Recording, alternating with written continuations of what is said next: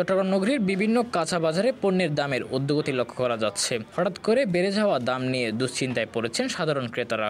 শহরের বাজারগুলো ঘুরে দেখা গিয়েছে হরেক রকমের কাঁচা শাকসবজির দাম গত সপ্তাহের তুলনায় বেড়েছে 10 থেকে 20 টাকা পর্যন্ত।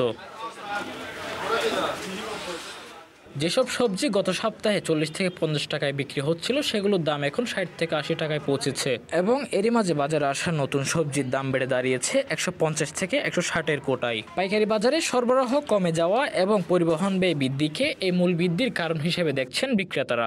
সরবরাহ যখন বাড়তি ছিল তখন প্রতি কেজিতে আমরা টমেটো গত সপ্তাহে বিক্রি 20 টাকা 25 টাকা, ঠিক আছে 30 টাকা। এখন এটা সরবরাহ কমে গেছে, টমেটো এখন 40 টাকা। কাকল যখন এটা এখন নতুন ব্যাচ হচ্ছে, এটা গত সপ্তাহে ছিল 180-200 টাকা, এখন 140 টাকা। এগুলো একটু কমছে। তারপর কইডা 60 টাকা, শসা 80 টাকা, তিতকলা 100 টাকা, ঝিঙ্গা 100 টাকা, লাউ 50 টাকা, পেঁপে 60 টাকা, তারপর বরবটি 100 টাকা, ভেন্ডি 60 টাকা। শিমগুলো এখন সিজন না, এটা কেজি 100 টাকা। গত সপ্তাহে এই সপ্তাহে প্রতি কেজিতে 10 টাকা 15 টাকা দাম একটু বাড়ছে। সব রকম বেড়ে যায়, সরবরাহ যদি ভালো হয় জিনিস প্রতি কেজি 10 টাকা 15 টাকা কমে যাবে।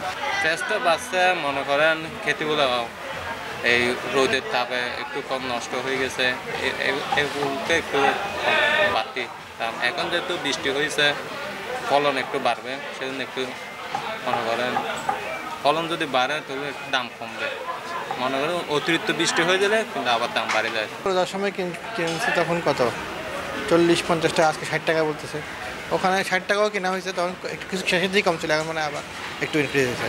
বিক্রেতাদের দাবি তারা ইচ্ছাগতভাবে দাম বাড়াননি। তারা বলেন পাইকারি বাজার থেকে পণ্যগুলো বেশি দামে কিনতে হচ্ছে, তাই খুচরাতেও বেশি পড়ছে। সাধারণ মানুষের দাবি কাঁচা বাজারে নজরদারি বাড়ানো হোক এবং দ্রব্যমূল্য নিয়ন্ত্রণে দ্রুত ব্যবস্থা গ্রহণ করুক প্রশাসন।